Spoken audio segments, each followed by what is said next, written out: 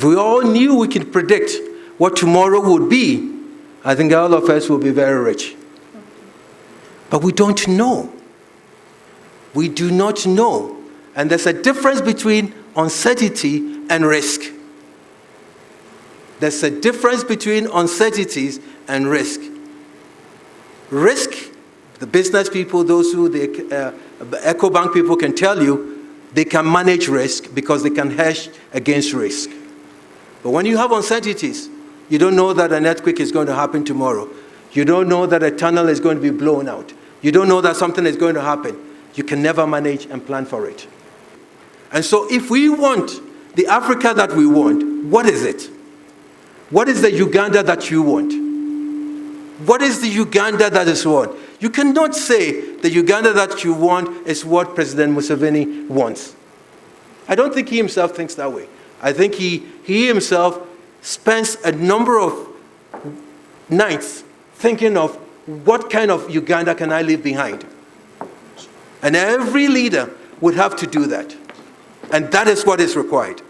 We must begin to understand that the private sector has a role. We must begin to understand that for businesses, for the poverty reduction, for employment creation, for all that, we must nurture our private sector. And it's key. It is key. And why do I talk about private sector? Most of you know Korea.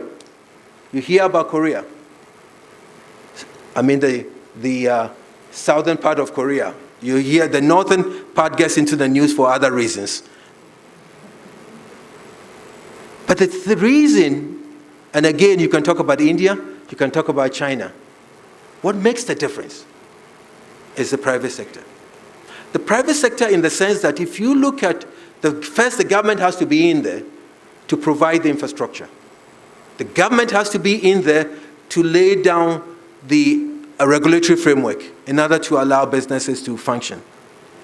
But after that, the businesses will have to come in, and the businesses love competition. The businesses love competition because if you have more than different ideas competing amongst themselves, the best comes out. Nobody wants to live in the rural areas these days. Everybody wants to come to Kampala. Everybody wants to be in the cities. But you might say it's a bad idea. You might say you should decentralize. Yes, if you can, fine. But urbanization is coming. And when urbanization is coming, the question is how do you deal with it? It's a positive thing to have. Urbanization is a positive thing to have. Because once we get the influx of people coming from the rural areas, well-trained, skilled and all that, the first thing they do, they want a place to lay their heads. They want a place to lay their heads. So therefore, real estates would come in. All of a sudden, they'll be demanding some consumption patterns. So food would have to come in. All of a sudden, they would have to be demanding certain entertainment. So therefore, other things will come in. It has social effects, but we can deal with that. Then they have to be inclusive in financial services. So the banks will come in. So if we begin to think, as Emmanuel said, as we become more dynamic, and in these days with technology, you don't have to even step outside your home. You can create value for anything. And so you have to think about inclusivity of the financial sector. And all these people who are coming in to be part of the urbanization, you have to bank them. And if they bank them, EcoBank will make more money in that sense.